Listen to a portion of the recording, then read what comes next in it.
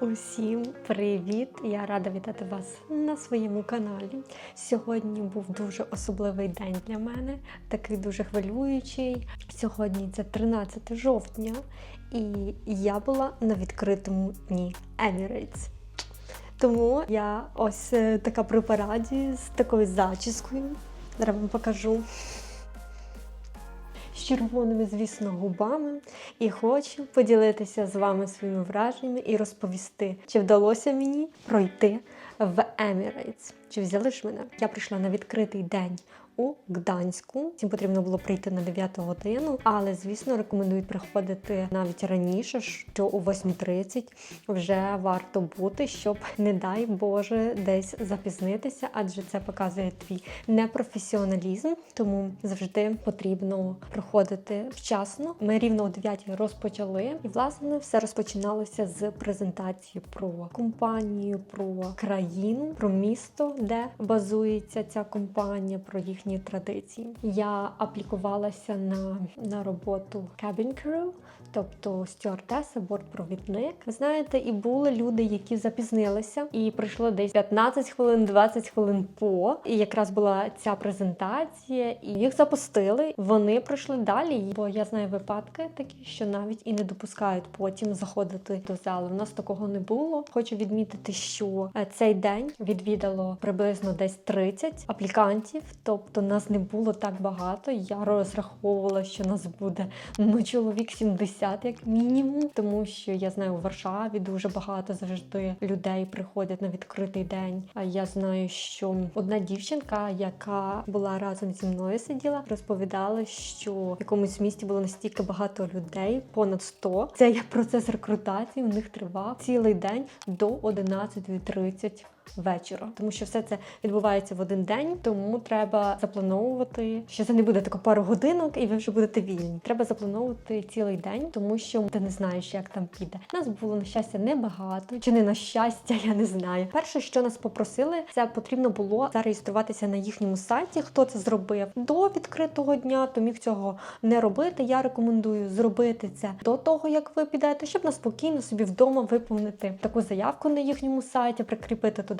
своє резюме. Якщо ви зробите це ще завчасніше, то вам навіть компанія прийшле запрошення, і ви просто виберете, на який відкритий день ви хочете прийти, і у вас вже буде запрошення. Якщо ж ви цього не зробите, то вам просто прийдеться це зробити швиденько під час відкритого дня. І я зробила це завчасно, тому я вже з цим не стресувалася там. І ми розпочали. Спочатку також нас попередили про ділянки, в яких не повинно бути жодних татуювань, і це дуже важливо, оскільки деякі люди ховаються. В нас на відкритому дні цього не провіряли, але якщо ви проходите і отримуєте цю роботу, ви їдете у Дубаї і там проходите медичну комісію, там лікарі це побачать, і тоді вам анулюють відразу контракт. Вам прийдеться заплатити якісь штрафні, тобто, якби, що на вас виділили час, виділили свої гроші, а ви обманули, і тому буде якесь покарання. Такого не потрібно робити, потрібно відверто зразу розповісти і не витрачати свій час і час інших осіб та займати місце якоїсь людини, яка дійсно бажає туди потрапити. Рекрутер сказав, що якщо у вас є такі татуювання, то ви дочекаєтеся закінчення презентації і зможете собі піти. Мені здається, декілька людей після того, як закінчилась презентація, пішло. І так розпочався перший етап. Перший етап – це було знайомство. Нас розподілили у групи, дали нам номерки. І перше завдання нам дали таке. Потрібно було коротко представитися, сказати, як тебе звати, скільки тобі років, який в тебе досвід роботи в сфері обслуговування, так, це Customer Service and Hospitality, скільки в тебе загалом, не потрібно було казати, які в тебе обов'язки, просто сказати загальний досвід роботи і де ти там працював. І потім потрібно було розповісти, якби ти мала можливість вибрати, з якою зіркою ти б сиділа поруч, то що це за зірка була і чому. І потрібно було зробити таку презентацію. Після того Ми всі виходили нашою групою і по черзі робили таку презентацію. Після цього ми виходили на 15 хвилин, і рекрутерша, це в нас була тільки одна жінка, я завжди знаю, що їх двоє і більше, наприклад, рекрутерів. У нас була лише одна жінка, тільки вона цим всім займалася. Після того вона нас кличе, ми повертаємося назад до зали, і на екрані відображаються номерки людей, які продовжують свій шлях, які залишаються, які пройшли перший етап. А ті люди, в яких номерки не висвітилися на табло, вони мають покинути зал. Після цього ще відійшло десь 10 людей, і того у нас вже було 20 людей десь. Плюс-мінус. У нас лишилося 18 людей. Другий етап – це була така командна робота. Нас поділили в групи. У одній групі було 8 людей, і в моїй групі було 10 людей. Нам роздали картки. У нас була така ситуація, що є 6 пасажирів, і було опис цих пасажирів. Наприклад, пара, яка нещодавно побралася. Людина, яка засмучена через те, що її родич помер. Клієнт, який боїться літати. Старша людина, яка не може заснути. Також неповнолітня дитина. І остання, 6-та людина, це був постійний клієнт з сталою картою компанії. Всіх цих людей не працював дисплей, такий екран розважальний. От коли ви сидите у літаку, у вас такий екранчик. Сталася така ситуація у літаку, що оці дисплеї розважальні в цих людей не працювали. І що в нас була лише одна опція когось з цих людей пересадити на місце, де цей дисплей працював. І також завдання було пріоритетність розставити цих клієнтів, що якщо ми одного виберемо, хто буде на другому, третьому місці і так далі. І розповісти, як ми тим людям, яких не змогли пересадити, як ми їм компенсуємо таку незручність. Це була робота з командою, ви отримали цю картку, і тут починалося обговорювання. І в кожного були різні думки, тут важливо не перебивати нікого, слухати, але також і не мовчати, мати оцю золоту середину, так сказати. 10 хвилин часу було, і паралельно, поки в нас було це обговорювання, ця рекрутерша запрошувала нас і перевіряла наш зріст, а також можливість достати до позначки у 2 метри 12 сантиметрів, здається. Для мене це не було проблемою, у мене зріст 1,70 м. На цьому етапі вимірювання росту відійшла ще одна людина. Після того, як ми обговорили, ми мали представити наше рішення командне. Хтось мав описати ситуацію, потім хтось мав сказати, кого ми вибрали, і кожен мав сказати по 1-2 речення. Це була така вимога. Наша команда надала перевагу для особи, у якої помер хтось з близьких. На друге місце ми поставили людину, яка боїться літати, і потім дитину, старших людей, молодожонів та клієнта, який має постійну карту. Як ми рекомпенсовували? Ми вирішили, що для цієї людини, в якої загинув хтось близьких, буде дуже важко. І це було б класно, якби вона могла розслабитись і подивитися якесь кіно, відволіктись.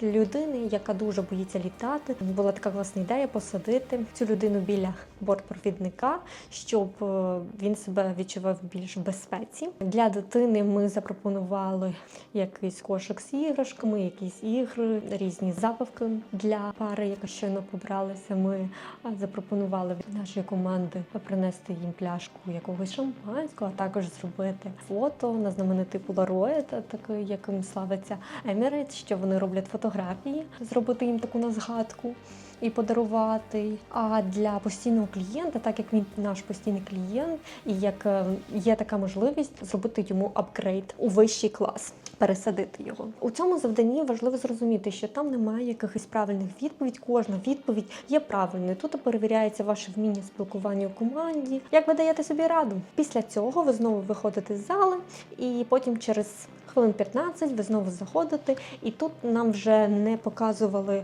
на табло, хто залишається чи ні, просто пані рекрутер зачитала номери, які залишаються. На жаль, на цьому етапі я не пройшла.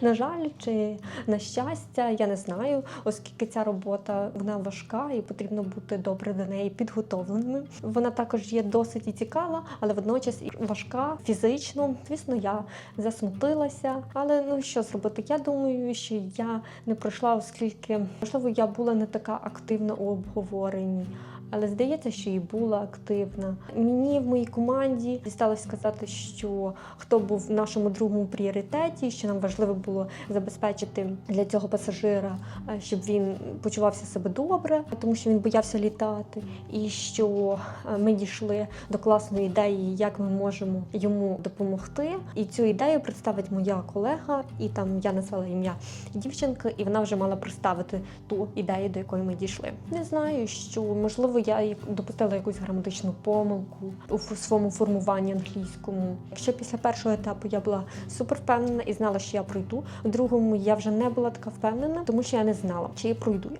І, на жаль, не прийшла. Хочу сказати, що у цьому етапі також відсіли ще десь людей 10, і там було дійсно дівчатка, які дуже гарно говорять, наприклад, англійською мовою і добре розповіли.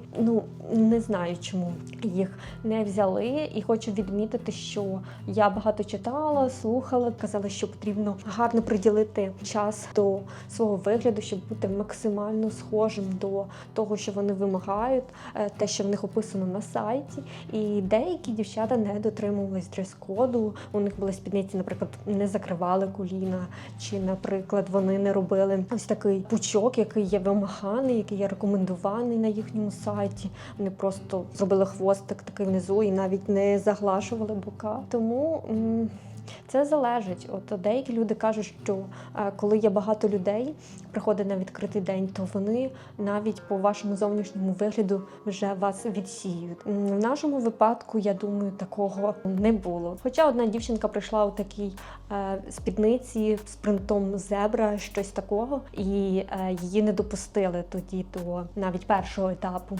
Але, наприклад, дівчинку, в якої були тигрове взуття, допустили. Я, наприклад, єдина дівчина, яка була у штанах. Це дозволено приходити у штанах, але, звичайно, краще дотримуватися максимального дрес-коду, тобто прийти у спідниці, карандаш, олівець, яка буде закривати коліна. І я хотіла прийти у такі спідниці, я думала, що це буде дуже легко знайти таку класичну спідницю, адже це класика, але як виявилось, що це просто така складність, надзвичайно складно. Я обійшла весь торговий центр у Гдині, Рів'єру, і я не змогла знайти жодної спідниці. Тобто я знайшла спідницю, але в неї був спереді розріз якраз посеред колін, так там, де коліна, і їх було видно.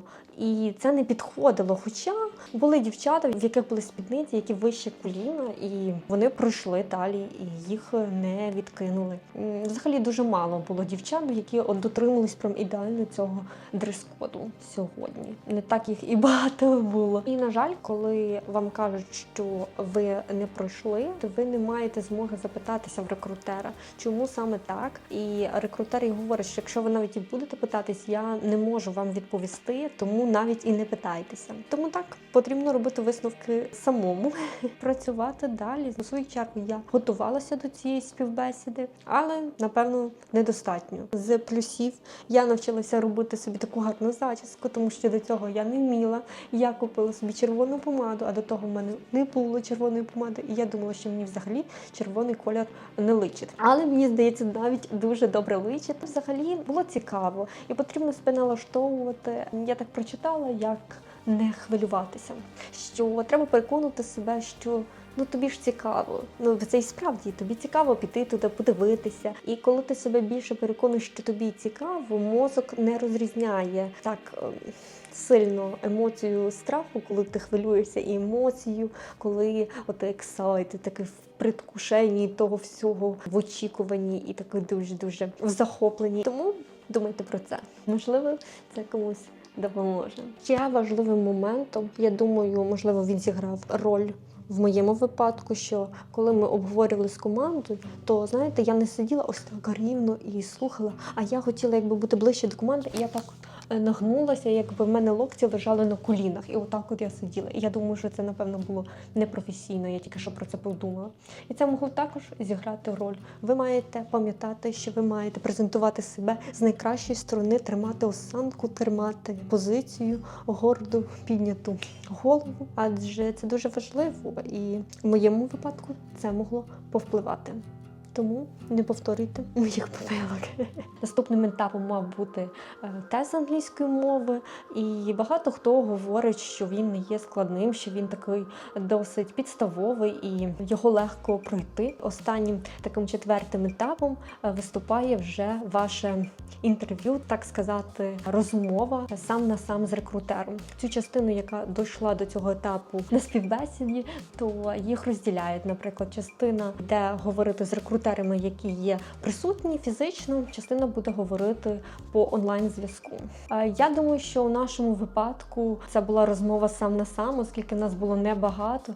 І я думаю, що пані рекрутер спокійно могла прослухати, наприклад, 5 людей, чи навіть 10, якщо всі пройшли англійський тест, то 10 людей – це і не так багато. Тому я думаю, що, можливо, я записую це відео вже 16:36, можливо, вони вже і все пройшли, і хтось скоро отримає свій golden call. А після розмови ти маєш зачекати, і це залежить в кожного, це по-різному. Це може тривати і від 2 днів, можеш і на наступний день отримати дзвінок, а може це тривати і тиждень, 2, і навіть місяць. Дехто говорив, що навіть більше. На заповітний дзвінок, коли тобі дзвонять і говорять, що ти прийнята на роботу, і тепер ти переїздиш до Дубаю, і там проходиш 2 місяці навчання, потім в тебе півроку випробувального такого терміну, і якщо ти це все проходиш, всі ці етапи, через півроку в тебе урочистий такий випуск, і ти вже офіційно починаєш працювати. Ну, ти працюєш і перших півроку, але це такий випробувальний термін. Хочу сказати, що Emirates – це дуже престижна компанія, яка відома своїм неймовірним сервісом, а також безпечністю, яку вони забезпечують на своїх літаках. Одна з найкращих престижних компаній світу. І вона задає рівень. Повністю, коли ти переїжджаєш, вона покриває тобі переліт, забезпечує тебе житлом, вона забезпечує тобі транспорт на доїзд з житла, наприклад, на твої рейси. Вона покриває тобі повністю твій побут, перебування під час рейсів. Компанія потужна і дбає про своїх працівників. Також вони заохочують переїзд сім'ями. Тобто, якщо ти одружена чи одружений і ти проходиш співбесіду для цієї компанії, то ви спокійно переїжджаєте туди зі своєю сім'єю. Є така можливість, і ви живете, і якусь частину з цього житла покриває компанія. Також, звісно, медичне страхування. Також поширюється на вашого партнера чи партнершу по шлюбу. Тому компанія дійсно хороша, і, звісно, я дуже хотіла спробувати, але я дуже щаслива, що я пішла, що я переборола якийсь свій такий дискомфорт, і я мріяла хоча б спробувати, і я спробувала. Чи буду я пробувати ще? Я думаю, що так. Я б ще хотіла один раз спробувати, але цю спробу можна зробити, почекавши півроку. Тобто, якщо я сьогодні відвідала цей Open Day, то наступний раз я зможу тільки піти знову податися на цю вакансію через півроку і не раніше. Знаю, що раніше був термін 3 місяці, що через 3 місяці можна було вже пробуватись знову подаватись. Зараз знову змінили на півроку, бо до того також було півроку, потім змінили на 3 місяці і це знову повернули, що потрібно чекати півроку. Ось такий в мене був досвід. Якщо вам було цікаво і ви хочете просто мене підтримати, тому що я трошки засмучена, то я буду рада вашій підтримці в якості вподобайки і якомусь хорошому коментарі. Діліться своїм досвідом, можливо, хтось пройшов, я дуже за вас рада. А якщо хтось не пройшов і хтось дуже мріє пройти, я бажаю, щоб так вам і сталося, щоб вам все вдалося, бо мрії повинні здійснюватись. Дякую вам за перегляд, зичу вам, як завжди, усього, що найкращого, і побачимось у нових випусках.